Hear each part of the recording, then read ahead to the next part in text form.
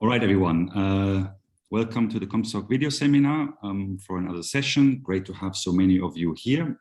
We have, as always, two speakers. I will very briefly explain how we do this before we get started, because there are always a few people who are doing this for the first time. So Iannis will start. He will give a talk for 20 minutes. Afterwards, we have 10 minutes time for questions. You can already start asking your questions during the talk, if in case anything comes up, by typing the question into the chat. So if you and then there are some questions accumulating. Sometimes somebody in the audience is already able to answer. So for example, in both of the speakers' cases today, we have co-authors in the audience, so they might be able to help. So that's completely fine if there's in parallel a conversation going on in the chat. Please always, when you have a question, label it with big uppercase letters question at the beginning, so that we can easily find which ones actually things that the speaker at the end has to pick up if they haven't been dealt with during the talk itself already. And in the middle, we're going to have a little break in breakout rooms, and I would explain how that works when we get there. So I would like to ask Iannis to please start sharing his slides while I'll explain to you who he is. So Iannis Caragiannis, our first speaker today, is Professor of Computer Science at Aarhus in Denmark, where he's been for a little over a year now, I think. He got his PhD a while ago from the University of Patras. And I'm sure many of you will know some of his work. So he has worked on various topics in trade division, resource allocation more generally, very often things that have to do with computational complexity, in particular approximation results, voting, in particular in a model where you also assume that people have utility functions, and various other things. And today he's going to talk to us about learning approval-based multi-winner voting rules, and I'm looking forward to it. Iannis, go ahead. Thank you very much. Can you hear me? Great. So thank you. Thanks for this introduction, Ulle, and thanks for this invitation. I'm very happy to give this talk. I'm very happy that so many of the COMSOC community are here. So I'm going to talk about a recent paper that was accepted at AAAI, entitled "The Complexity of Learning Approval-Based Multi-Winner Voting Rules." And this is joint work with my student, Carl First, who is also in the audience. Okay, and this is a talk about multi-winner voting. And we assume that we have M candidates or alternatives, and voters or agents. And the particular characteristic of the voting rules we care about are that they use approval votes. So the ballots are just sets of approved alternatives by the voters. And then a profile is a set of approved votes, one vote per voter as usual. And we're interested in multi-winner voting rules, which take as input a profile and return one or more winning committees. So we'll reserve K for the size of the committee. So a committee is just a set of K alternatives among the M available alternatives. So this is a particular class of multi-winner voting rules, and there are many of them. And there is at least a nice survey by Falisevsky, Skowron, Slinko, and Talmon from 2017. So these rules are studied more recently and more extensively recently, and particularly this paper by Lackner and Skowron is the recent one in which we have based our work on. So according to this definition, a particular class of multi-winner approval-based voting rules called ABCS rules, committee scoring rules, are defined using a bivariate function f, which essentially is a scoring function. I mean, it's a function with scoring parameters. So this f of x comma y value denotes the score that an approval vote consisting of y alternatives gives to a committee with which it intersects in x alternatives. So fx comma y is non-decreasing x, meaning that if a vote contains more and more alternatives from a committee, then it's more probable that it will give it higher and higher score. And here is an example. So this is, assume that we have 5 alternatives and the committee size is 3. Then we need to define an ABCS rule. We need to define this f function for different pairs, for the different pairs of x and y. So y is the number of an approval of votes in an approval ballot. So this can go from 1 to m or minus 1. And x is the number of number of alternatives in the intersection between the committee and the approval vote. So this can go from 0 to k, the committee size.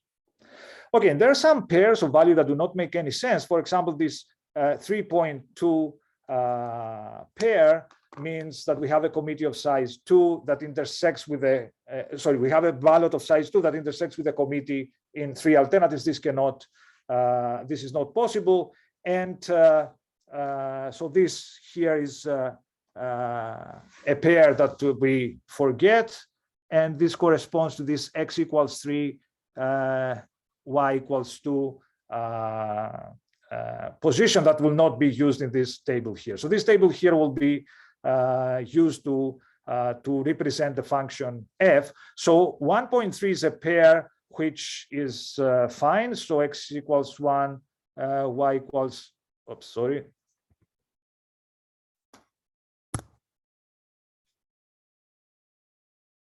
Yeah, so this is,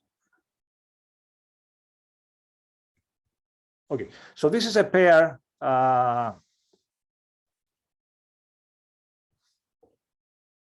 it's this one here, okay, which is fine, and the rule f should define a value for it. Okay, and now the green positions here are the set of pairs that we need to that the rule needs to define, and these are the set of meaningful pairs, and we'll define and we'll denote it by x sub m comma k. And now a rule that uses this f scoring function assigns implicitly a score to each committee, and the winning committees are those with highest scores. So here we have this score under the ABCS rule f that committee C gets from a profile P. So this is the sum, is defined as the sum of all votes of the score that each voter gives to the to this committee. So the score is voter gives to this committee is the outcome of function f for a ballot of size, the size that the ballot of voter I, and the first argument is just the number of alternatives in the intersection between the committee C and the ballot of voter I. And here is an example. So we have this profile with 4 votes. We have this ABCS rule that has some somehow arbitrary values, but values that are monotone in the first argument. And we can see that this committee, the committee ABC, has a score of 6. And this 6 is computed because the first vote has 2 ballots, so we're in this column. And the size of the intersection between the committee ABC and the ballot is 2. And so the first voter gives 3 points to the committee ABC. Then the second ballot has 3 alternatives.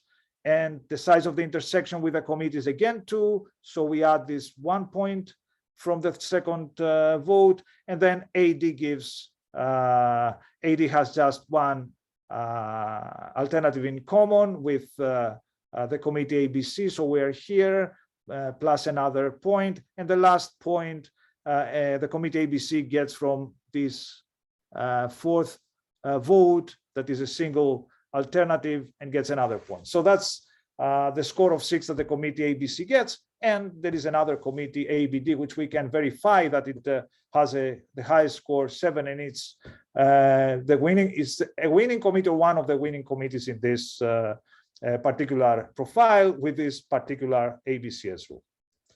So this is an ABCS rule that is non-canonical, And the literature has focused much on more canonical voting rules, like this one. So sorry for this red line here. So this is the CC rule. Is CC stands for Schabel, for the first letters in the names of Schabel and Kuran, who have defined several interesting rules in the literature. And essentially, a committee, according to this rule, is winning if it covers the maximum number of votes, where covers means that has some non-empty intersection with votes.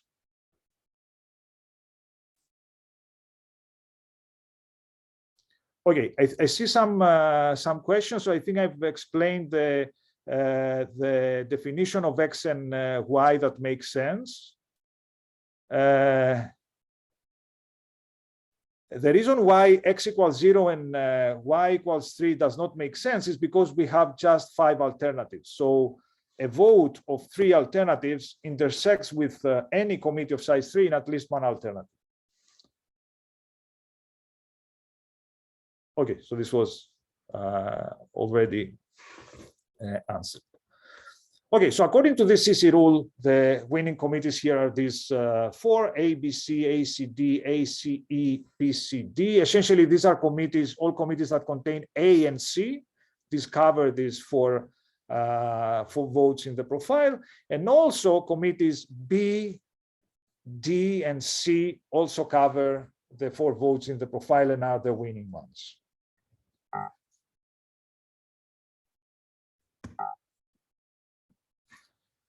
Okay, and the reason why instead of focusing on canonical rules, we focus on non-canonical ones as well, is because we have a reverse engineering use of voting in mind. So consider a website that specializes in cultural events and aims to present to the visitors every week the top 10 performances in the theaters of a city.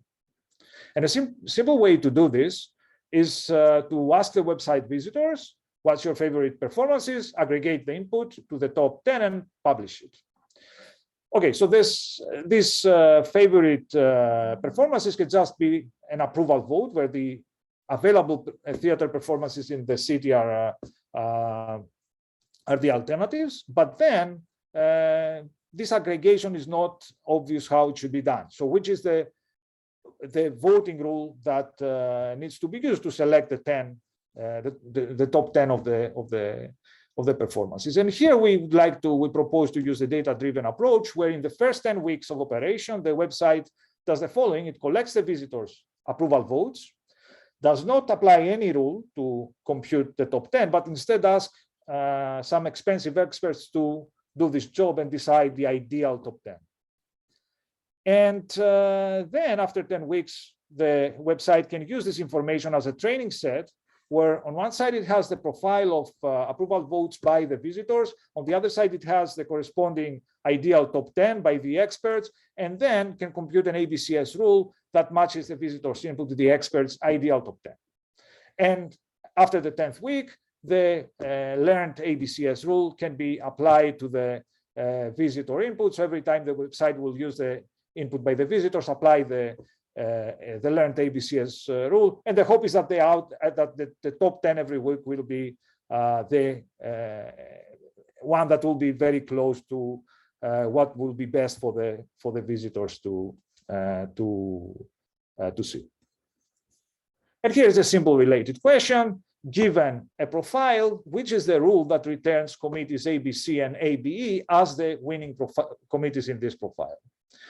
And essentially, we need to play with these missing values in this table to find this rule, and we need to compare for possible values the different, to compare these 2 committees with other committees. So this will be the winning ones and will be tied with the highest score, and the remaining committees must have lower score. So if the parameters m, k, and the number of profiles is small, then we can do this computation exhaustively, and we can use linear programming if it's for slightly higher values of these parameters. So here I have done the exercise, and here is a here is an ABCS rule that does the job, that makes these two committees winning, and every other is beaten by these two committees. Okay, so this is a very simple example of this data-driven design of voting rules, for which I'm a big fan and have applied in the past in papers with colleagues, papers on ordinal peer grading, but there are also other works in the COMSOC community, where essentially the objective is to learn some, to find some voting rule, to compute some voting rule given profiles and desired winners or winning committees. But I believe that this approach deserves more attention by our community. I would like to see more papers in this direction.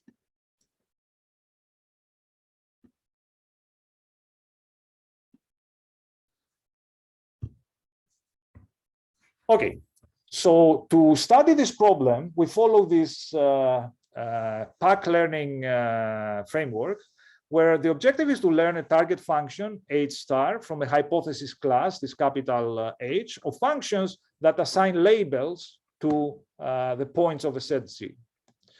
And essentially this is done by using a training set of examples consisting of pairs from the set Z to the pairs of the set of points of the set Z with corresponding labels with the target functions.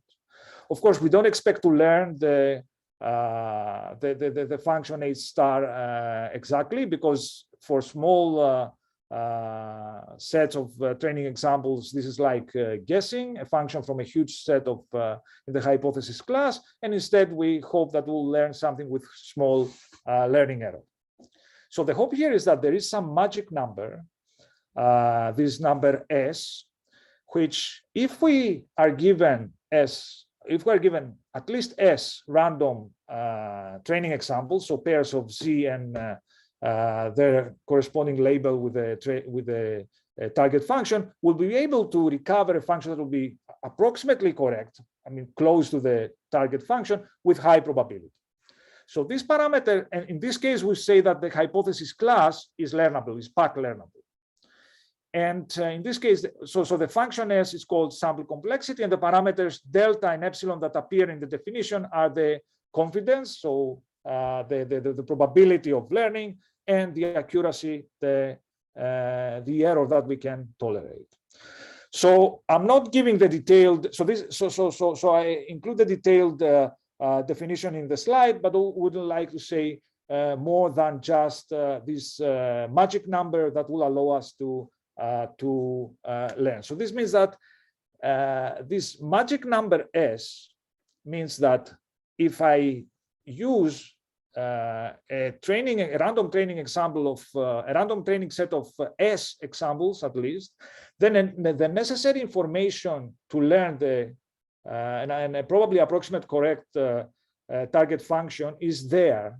It doesn't say anything. I mean, the definition doesn't say anything about how efficiently we can learn this function. And this is an orthogonal question. So let's study the question about bounding the sample complexity of our class. So this is not the first time that we apply this pack learnability framework to voting. So there is a paper by Prokacha, Johar, Peleg, and Rosenshine on the learnability of single winner voting rules. In our case, the hypothesis class is the class of all A, B, C, S rules with M alternatives and K alternatives in the committee in committees. And the question is, what is the sample complexity for learning a target rule from this class? And the good news, even though the definition of pack learning seems quite complicated and it's not clear at first glance what we have to do to bound the sample complexity, the learning theory provides powerful tools for bounding this number, the number S.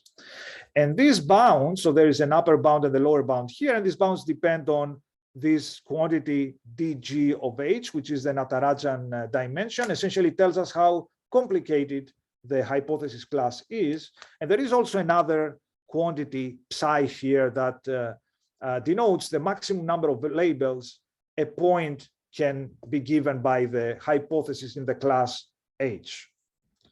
And using this, and all we have to do then is to use this theorem and provide bounds for the Natarajan dimension and the psi quantity, and our result is this one here. So essentially, the sample complexity of ABCS of the class of ABCS rules with M alternatives and K committee size is this one. Essentially, it's polynomial in the size of this of the set of meaningful pairs. So this complexity is of order M times K essentially.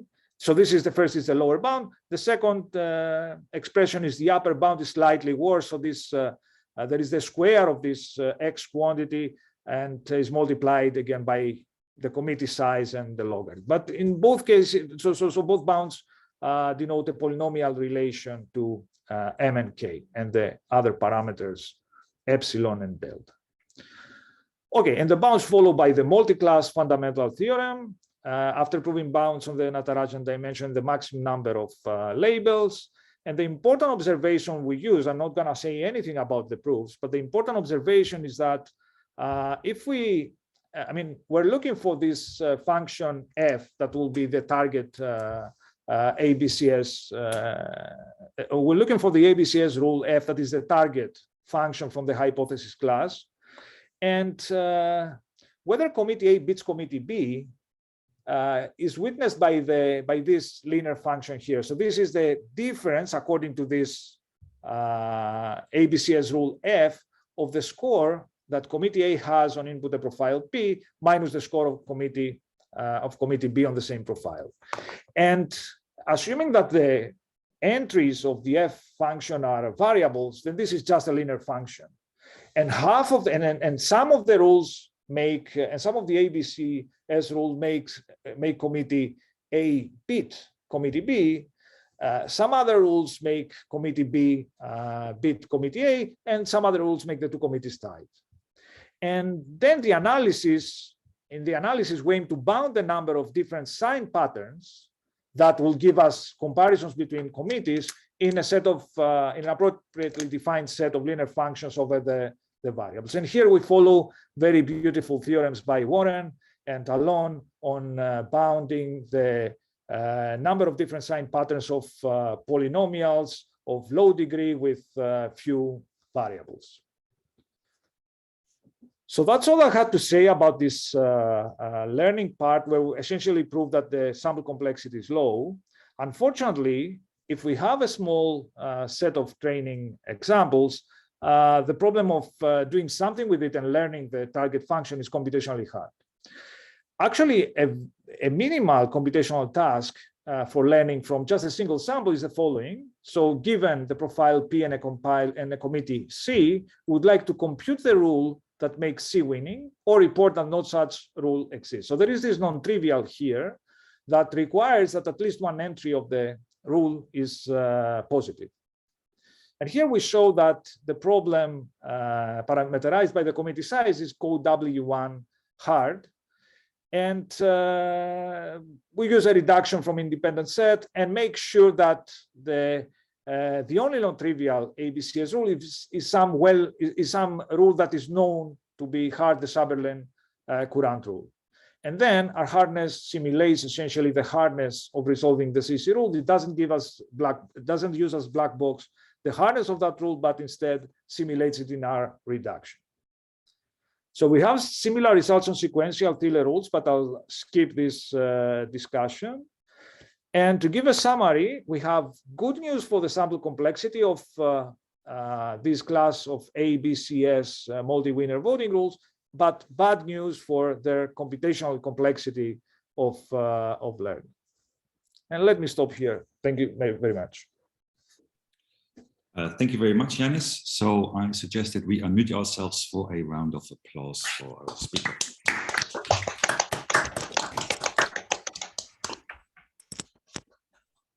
Okay, so now we have time for questions. So if you have a question, you can still type it into the chat. You can also use the raise your hand button, which is if you go to reactions and then it says raise your hand, you can click on that.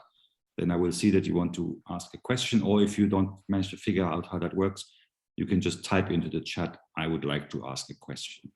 And Bill has done essentially that. So Bill, would you like to ask away? Sure.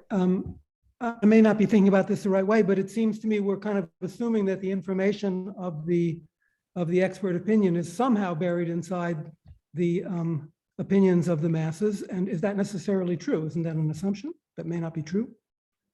Yeah, that's a good point. Yeah, that's not necessarily true.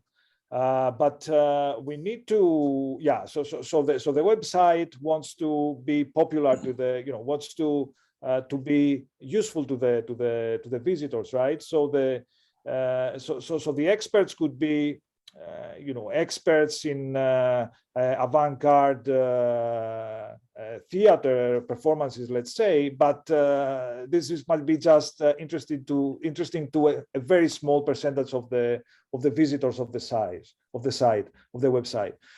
So then I guess that the experts that the website would like to use would have in mind that their top 10 should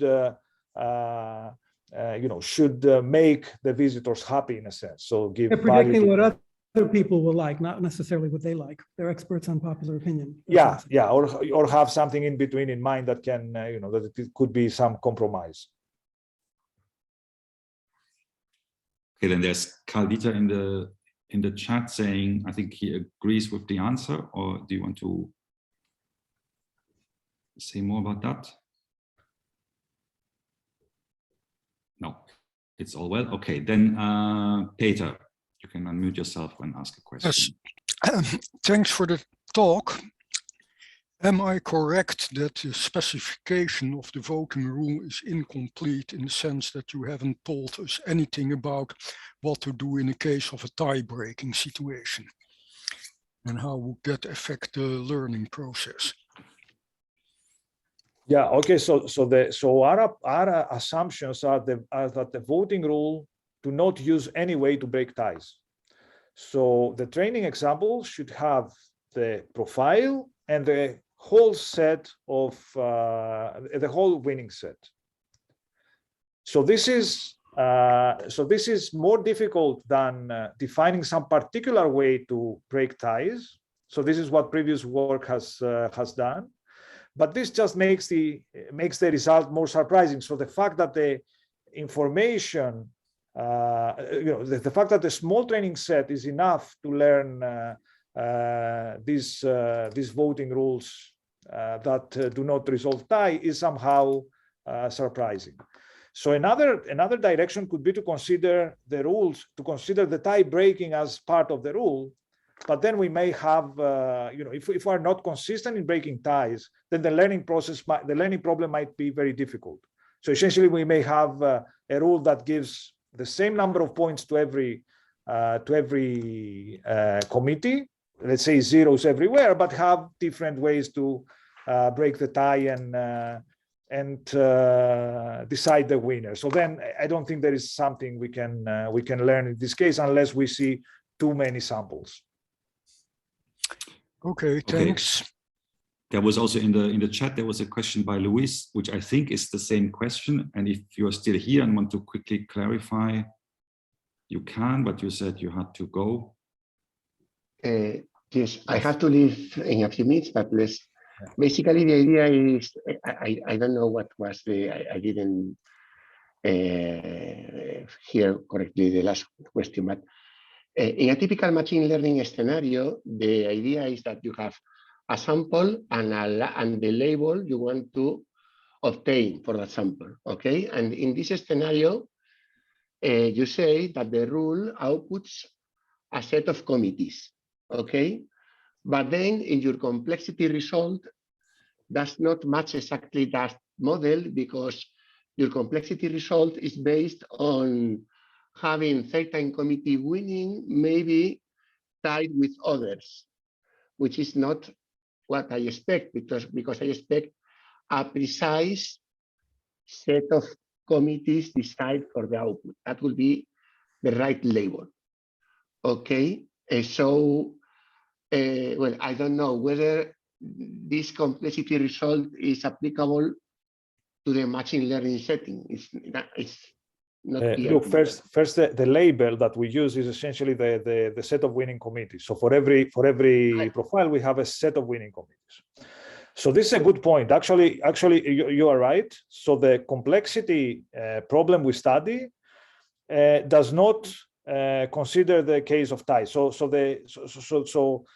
the complexity question that we need to solve in the learning problem is given these profiles and these sets of winning committees, compute a rule that is consistent to this information. Instead, the problem we consider is given a rule and a single committee.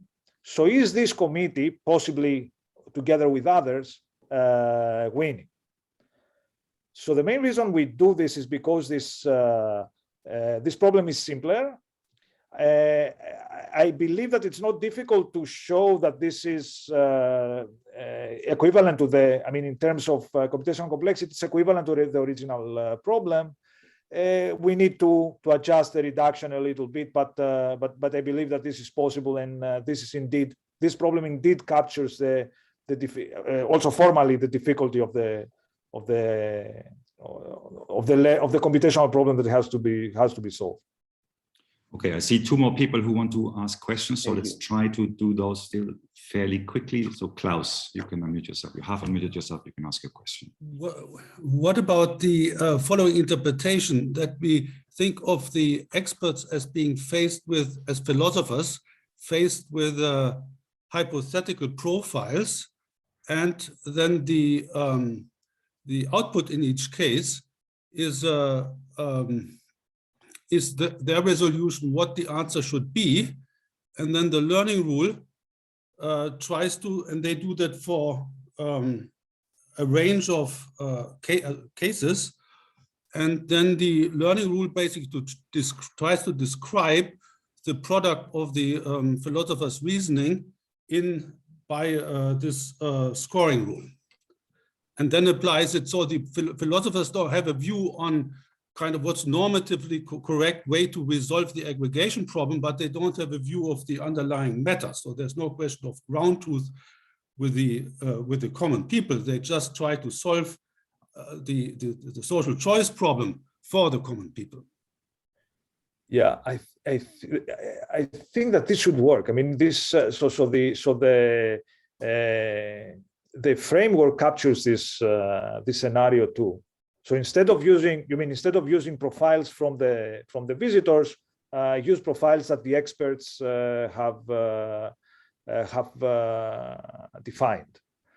Yeah, and basically the experts decide. It's a meta question. It's not a question which are the true top 10, but what are the top 10 relative to a hypothetical profile, which is not their view, but is supposedly come from the common population. Yeah, I guess that the one condition for the theory to work in this scenario is that somehow these profiles have been selected randomly. I mean, okay, that could be. Yeah. I mean, if there is randomness, I think that the theory covers this case as well. Okay, then a final question, Sid. You want to say it through the microphone, or should we read it out?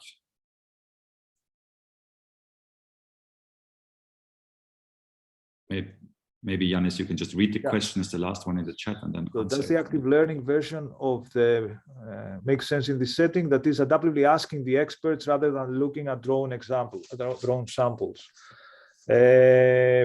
Yeah, possibly yes. Yeah. So.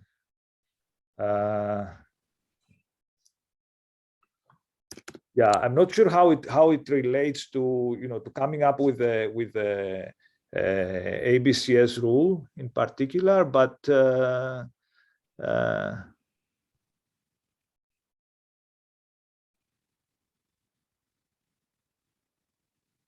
yeah, but I would say that this, making the process more sophisticated might give might equally work, or even allow possibilities that are not that cannot be achieved now in our case. But that's a good extension of the model. So he apologizes, he has a microphone problem, but he's happy that you answered the question. So thank you very much once more, and thank you everyone for their questions. So now we're going to go to the next part of the program, which is the coffee break. So in a second, you will see something popping up on your screen that says, would you like to go to this breakout room? You may want to press yes, and then you will be magically beamed into a smaller version of this with a handful of other people. You can have a chat for 10 minutes, and then we're going to call you back and we're going to have the second talk. So I see you all in 10 minutes.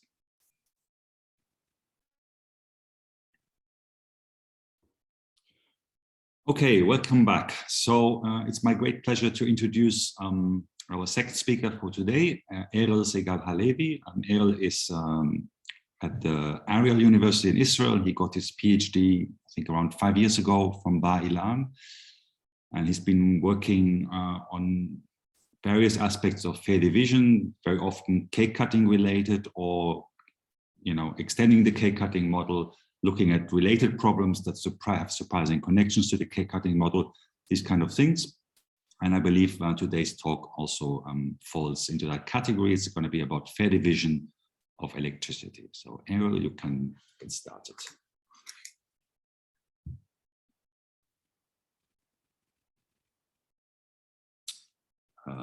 Okay. Yes. Yes. All right. Yes. Yes. Okay. Okay. Thank you very much. I'm grateful to Ulle for inviting me to this seminar, and I'm also grateful for the opportunity to present a research program. It's not a paper. It's a collection of research questions, which I study with my PhD student, Dinesh Kumar Baghel, who is also here in the audience. So maybe some of the questions are easy, maybe some of them are hard. I'll be very happy to get feedback on this program. So the motivation is a practical problem where in many developing countries, the total demand for electricity is larger than the supply. And the solution is load shedding. Load shedding means that you just shut down entire regions. I remember this from when I was a child. In Israel, it was quite common that when the network is overloaded, the electricity company just shuts down entire cities and all the streets are dark, which is quite unpleasant. Now, there is new technology that allows to disconnect individual houses. And this raises opens the door to take individual preferences into account. So now we can think about how to divide the time of being connected to electricity more fairly between people, where some people may prefer to be connected in the morning because they need to do work. Other people may prefer to be connected in the evening because they need light or warming. Now, the baseline work is a recent paper by Oluwasuji, Malik, Zhang, and Ramchern about solving the fair electric load shedding problem. They present heuristics and some algorithms, practical algorithms for based on real data from Nigeria, where the problem of load shedding is particularly severe, like in most of African countries. I'm interested in some theoretical problems that come out of this work. They're related to other theoretical problems in social choice. So here is the model. The input to the problem is the total supply, which is S in kilowatts. And there are n agents, and for each agent, there is a size, Zi, which is also measured in kilowatts. This is the size of the connection. And there is the utility UIT of the agent being connected time t. Now, in general, the supply can change over time, the demand, the size can change over time. But for this talk, let's assume that they are constant. Supply is constant, size is constant, utility is variable. It can change over time. The output is, for each time t, we want to select a subset AT of the agents that should be connected. And AT should be feasible. Feasible means that the sum of the overall agents in the set of Zi is at most the supply.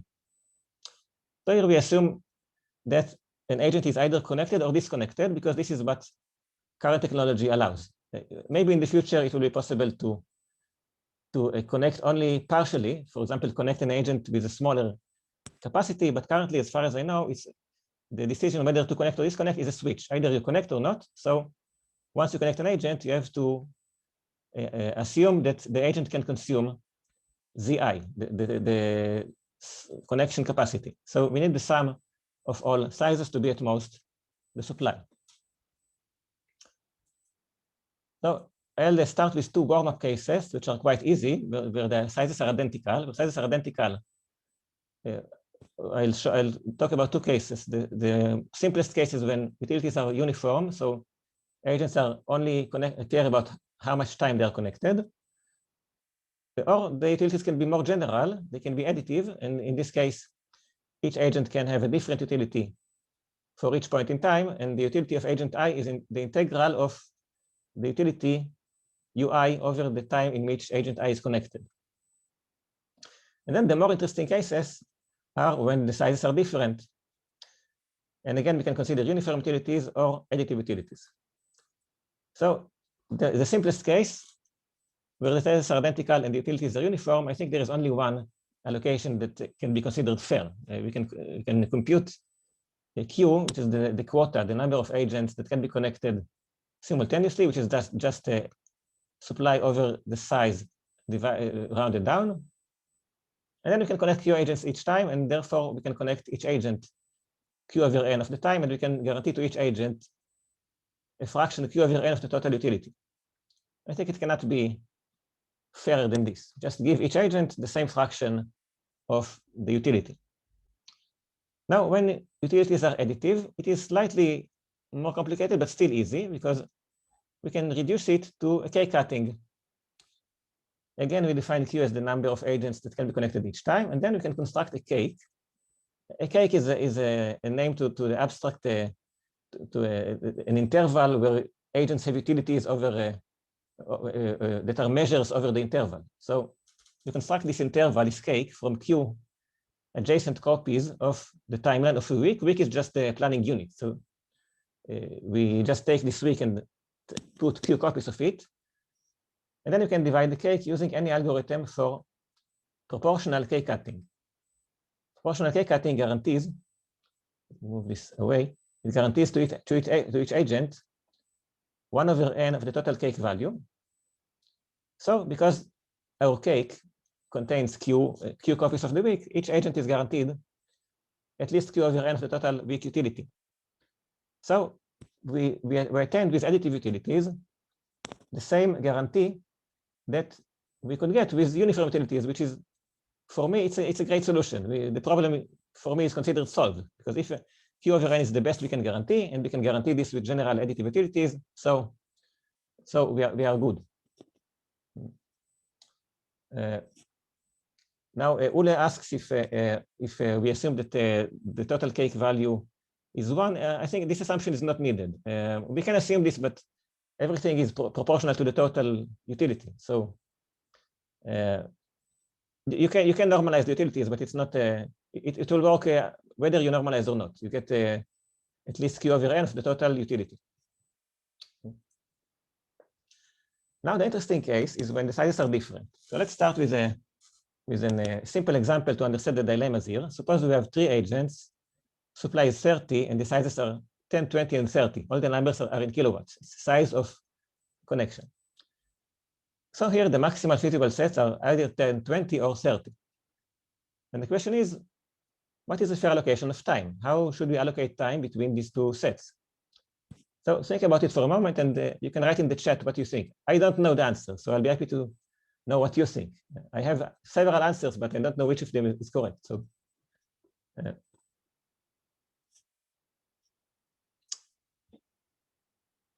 what do you think? Well, I think you could try to write down what is the set of feasible utilities for these 3 agents, and then think of it as a classic bargaining problem.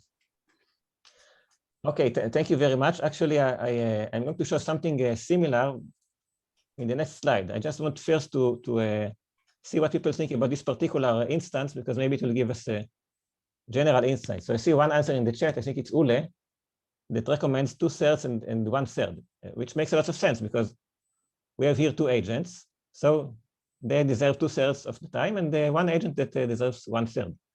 Are there other alternatives in this case?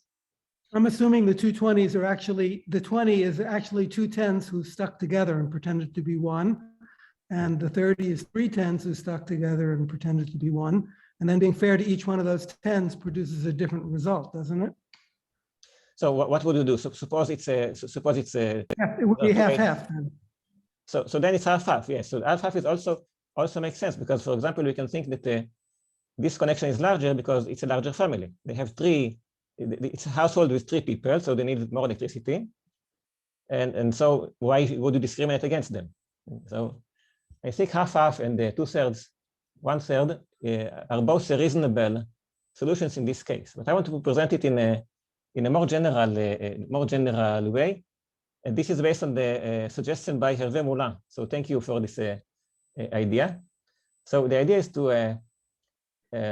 present this problem as a problem of fractional approval voting. Fractional approval voting in general is a problem where we have n agents that are several candidates. Each agent approves one or more candidates, and the output, instead of selecting a single candidate or a committee, we select a distribution over all the candidates. So each candidate is elected for a fraction of the time. So it can be useful, for example, to select a rotational government or to distribute budgets where the output is a distribution. And so how is it related to our problem? The candidates are the maximal feasible sets. In the previous example, it is 220, 10, 20, and 30. And agent I approves all sets containing I. And now we can apply common solutions to fractional approval voting to this problem. So there are many solutions in the literature. It's called, there are different terms. It is called collective choice, fair sharing, fair mixing, distribution, portioning. There are different terms, different solutions. I think, as far as I understand, the most basic necessary condition for fair allocation is the individual fair share, which requires that each agent should get at least utility 1/n of the total. But if you consider the budget or the time or anything, it's clear that each agent should get at least 1/n. But this condition is very weak because we already saw that in the k-cutting setting, we can get q/n. If you can connect q agents simultaneously, which is often the case, often q is larger than 1, then we can guarantee much more than 1/n. So this is too weak. So now there are two approaches in the literature on how to generalize this individual fair share to how to strengthen it. So one way is to keep the guarantee to individuals, which fits the intuition of Bill that we consider individuals, because in each house there may be individuals. And then the goal is to guarantee to each individual a fraction r which can be larger than 1/n. We want to take the maximum r that we can guarantee to everyone. So this will give us the half and half solution. Another approach to strengthen it is to consider groups. It is called group fair share. There are many variants of it, but let's focus on one of them, which says that for each group of q agents, the total allotment to candidates approved by at least one member of the group is at least q/n. So this would give us the 2/3 and 1/3 solution. Okay. Now, I don't know which of them is better. I personally prefer the egalitarian solution, and I'll explain why. Because if we take this solution to an extreme, let's say the sizes are epsilon and 30 minus epsilon, then you would still give 2/3 to this group and 1/3 to this group. And now I think this agent has a claim. Why should I get 1/2 of this agent when we have almost the same size? When epsilon goes to 0, we are almost identical, and still we are treated very differently. So it's not a hard argument. It's just a personal explanation why I personally prefer the egalitarian solution. But we also intend to study the group fair share solution, so I'll talk about both of them. Let's start now with the egalitarian approach. So the egalitarian approach is to maximize R such that each agent can be connected at least R of the time. It is, of course, NP hard to find R by reduction from partition because it's easy to construct a situation where R equals 1/2 if and only if you can partition the sizes into 2 equal groups. In contrast to fractional approval voting, here the number of candidates is exponential in n, so you cannot just check all the candidates like you do in voting. So what can we do? We can look for other problems which can be used to solve it. So we can look at bin packing, which is also NP hard, but it has good algorithms. It is well studied. It has good approximation algorithms, good exact algorithms. So we can try to use this problem. If we pack agents into k bins of size s, then we can connect each bin 1/k of the time. This gives us a lower bound of 1/k to the egalitarian value. But it is too weak. It is far from optimal. For example, if the supply is 2 and the sizes are 1, 1, and 1, then we need 2 bins. We need 2 bins to pack these items into bins of size 2. So k is 2. So the lower bound is 1/2, but we already saw that 2/3 is possible because in this case, we can partition the agents into Q, into a group of size 2. We can connect Q 2 agents each time. So by k cutting, we can guarantee 2/3 of the utility. So 1/2 is too weak. So this gives rise to a new problem. I think it is new. I did not find it in the literature. Let's define the problem of Q times bin packing, which is similar to bin packing, but each item should appear in Q different bins. It's not like duplicating the problem Q times because you cannot put the same item twice in the same bin. You have to put each item in different bins. So if we can solve this problem, we can connect each agent 1/k of the time, and then the egalitarian value is at least Q/k. Now the question is, can we efficiently solve, can we adapt efficient bin packing algorithms to Q times bin packing? I tried some of them, like some heuristics do not work, like the first fit or the next fit do not work very well. Other techniques like the configuration linear program work better, but still we don't know whether the algorithms work good for Q times bin packing. We have to check this. And then the question is this Q times bin packing lower bound tight for some Q? Does it really give us the right Q? Then the optimal R. If the answer to both questions is yes, then we have a route to solve the egalitarian division problem by using algorithms for bin packing and finding the right Q. And the third question is, can we solve efficiently the group fair share allocation problem, which is a different problem? Maybe it requires different techniques, different kinds of bin packing. So these are our research questions for the case of uniform utilities. Now, the most general case in this talk, at least, is when utilities are additive. And here we want to do the same that we did for the case of identical sizes. We had an egalitarian value, Q/n, and we wanted to implement the same value for additive utilities. It worked with identical sizes by k cutting. Does it work here with different sizes? So can we guarantee R, the egalitarian value, with additive utilities? So the answer is yes, but trivially. We can assume that the utilities in each minute are uniform, and then we can just partition each minute by the egalitarian solution. But this is not very practical because think about doing laundry when you have to connect and disconnect each time, each minute. The laundry program is 2 hours, so you have to start each minute. It's not very useful. So what we need is a solution with few cuts. So can we guarantee to each agent utility at least R with few cuts? So the answer is that if the egalitarian value comes from Q times bin packing with k bins, so R is Q/k, and let's say that the answer to this question is yes. So then we can find a k consensus division. Consensus division is a different kind of k cutting, which is a partition into k pieces that each agent values at exactly 1/k. So usually it's not clear why someone would like to use this this division, because usually you want to guarantee to each agent at least 1 over n. Why would you like to guarantee exactly 1 over k? But here it is useful, because here, if you can give to each agent exactly 1 over k, you can do this with a bounded number of cuts. It's O of n and k, by result by Noga alone.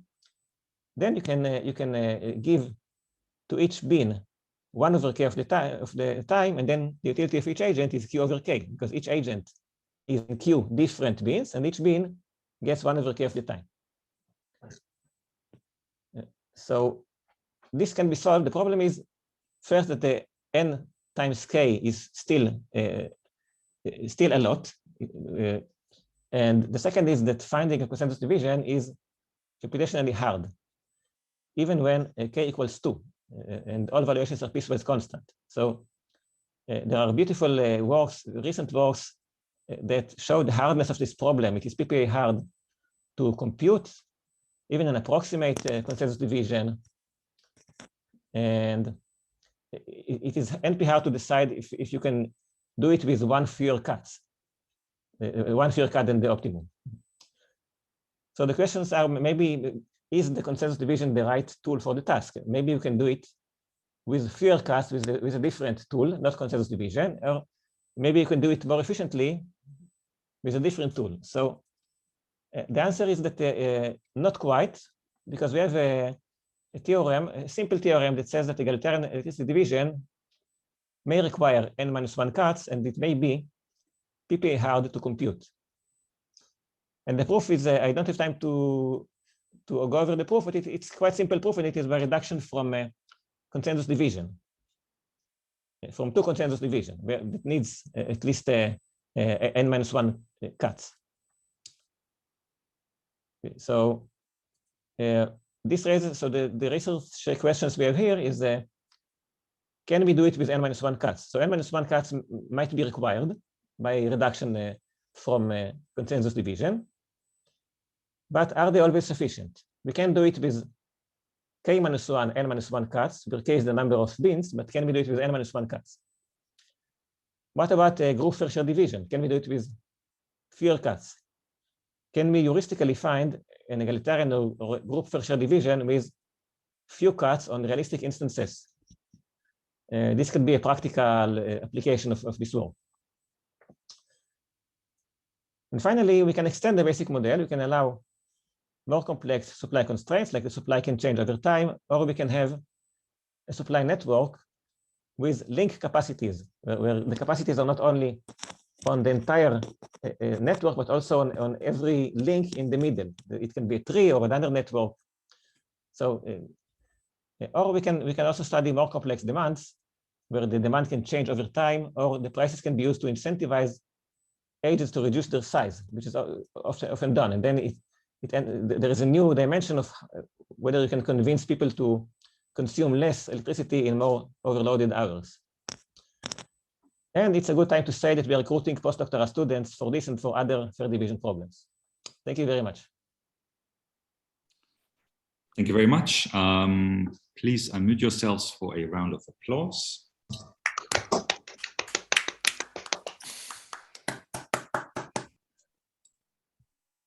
Okay, so we have time for questions. So again, if somebody has a question, you can just raise your hand, or you can type into the chat that you have a question. There was one by Peter, which Dinesh already responded briefly to, but maybe you want to say more. So whether you've been thinking about cases where there's a surplus of electricity rather than a shortage. Maybe no, it was more whether you were taking into consideration that electricity has to be distributed, and that the problem can be the result from the network capacity rather than the production feature. But I see that you are looking at that extension of the model in your last slide. Oh, you mean this one, the supply? Yes. Yes, it is studied very recently. It was studied in the context, in a special case of fairly dividing the temperature of air conditioning. I think they studied also this supply network. Now, in our country, the problem originates with people having plans for solar panel plants, which can't be realized because the network can accept the electricity produced. Mm. So Yes, I see. So the that's problem a is different problem. yes. Okay. Thanks. Okay, then Bill also had a question. Yeah, I wondered whether you can make any progress by not trying to be totally fair each week, but approximating fairness in the limit by compensating next week for the unfairness of the previous week. Well, in general, you can just divide 2 weeks simultaneously, and then you automatically get this compensation. You can also divide the entire year in advance if you want. The only problem is that it will be harder for people to plan. This decreases the problem of the number of cuts. Yes, yeah, you can divide the entire year. The only problem will be that it will be harder for people to predict the utilities for an entire year. So this raises a different question of dividing a resource where you don't know the utility in advance, which I think is interesting in its own right. I had this problem with my students. I had to divide, not electricity, but I had to divide the time for presenting their talks in class. So initially I wanted to divide the entire term, but they objected. They said that they don't know when what they will want next week. So I had to divide each week. Okay, do we have more questions? Yes, it is. Please unmute yourself. So your washing machine example seems to suggest that you want not necessarily the smallest number of cuts, but you want the 2-hour chunk. You have preferences over time, but among those various time slots, you get at least one of them should be a 2-hour chunk. And I'm also thinking that if I use electricity for heating, so it's the opposite. I don't mind kind of losing power kind of every hour for half an hour because I can still keep my house warm. But if I lose it for 5 hours, so it can be problematic. Can you incorporate constraints like that in your model? Have you thought about? I see. So you have 2 different kinds of constraints. One is the minimum size. I think there is work in K-cutting about minimum size, but it is not very well studied. There's still a lot to. So in your example, it would be the minimum size of one of the pieces. Kind of, the pieces may be small and you'll use them for other purposes, but at least one of your pieces should be large. I think that's different, but I'm not sure. Yes, it's different because you don't want all pieces to be large. You just need one large piece, and then you plan your laundry to this piece. And the other time you want the opposite. You want small pieces because you want. Well, yes, this it's interesting. An interesting challenge. When I talk about it in K-cutting, it's hard to understand why would you need such a thing. But in electricity division, it opens the way to all kinds of new constraints that become relevant. Yes.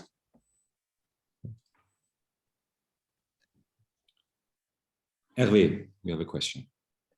Yes, it's about your discussion at the beginning between the 1/2 solution or the 2/3 1/3 concerning those people with the needs 10-20, the demands 10-20 versus 30.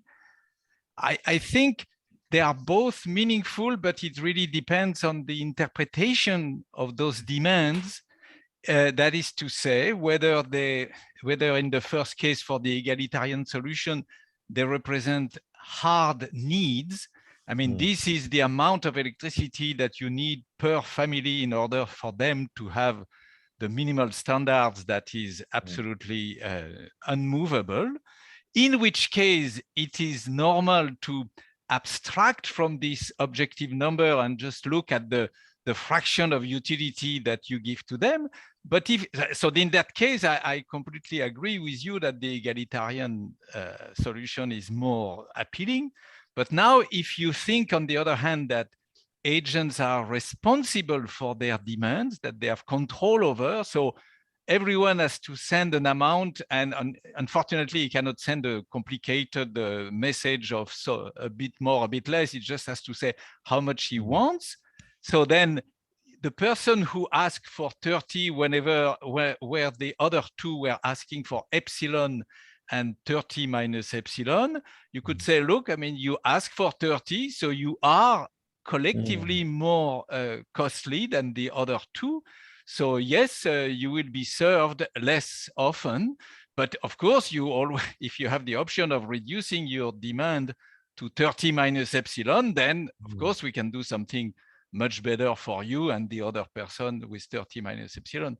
So I don't think you know, you need to cut a wedge between the two solutions, but with the correct interpretation, they are both okay. So now my question, because this was more a comment, can you develop the same sort of analysis for, you know, computing fair shares and so forth, if you take the route of this other 2/3, 1/3 type solution? I mean, is there any, is it a route that you have explored, or is it for the time being you concentrate on egalitarian?